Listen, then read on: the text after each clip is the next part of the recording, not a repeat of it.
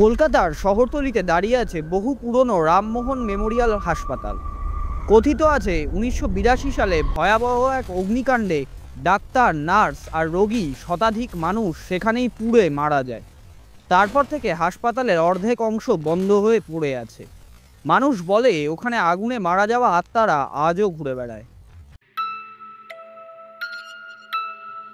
অরিন্দম, তৃষা, রাহুল আর সায়ন চার বন্ধু ভৌতিক কাহিনীর খোঁজে রাতে হাসপাতালে ঢোকে। হাতে শুধু মোবাইল টর্চ। করিডোর জুড়ে ছড়ানো ছিটানো ভাঙা বিছানা, মরচে ধরা হুইল চেয়ার আর পুরনো রক্তের দাগ।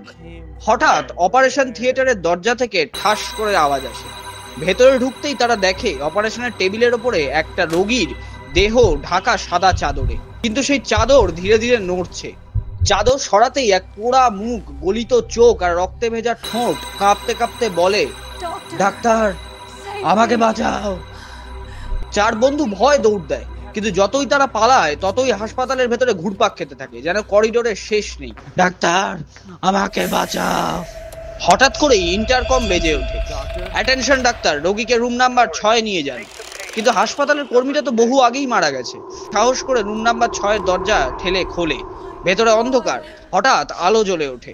চারদিকে হাসপাতালের পোড়া রোগী আর নার্সদের ভিড়। তাদের মুখ নেই, শুধু পোড়া চামড়া আর ফাঁকা চোখের গর্ত। হঠাৎ ভিড়ের মাঝ থেকে এক অগ্নিদগ্ধ ডাক্তার তাদের দিকে তাকিয়ে বলল, তোমরাই আমাদের নতুন রোগী। চারজন চিৎকার করতে করতে দরজার দিকে দৌড় দেয়। অরিন্দম কোনোভাবে বাইরে বেরোতে পারলেও বাকিদের আর খুঁজে পাওয়া যায়নি। পরদিন স্থানীয় লোকজন হাসপাতালে ঢুকে শুধু একটা মোবাইল ফোন পেল।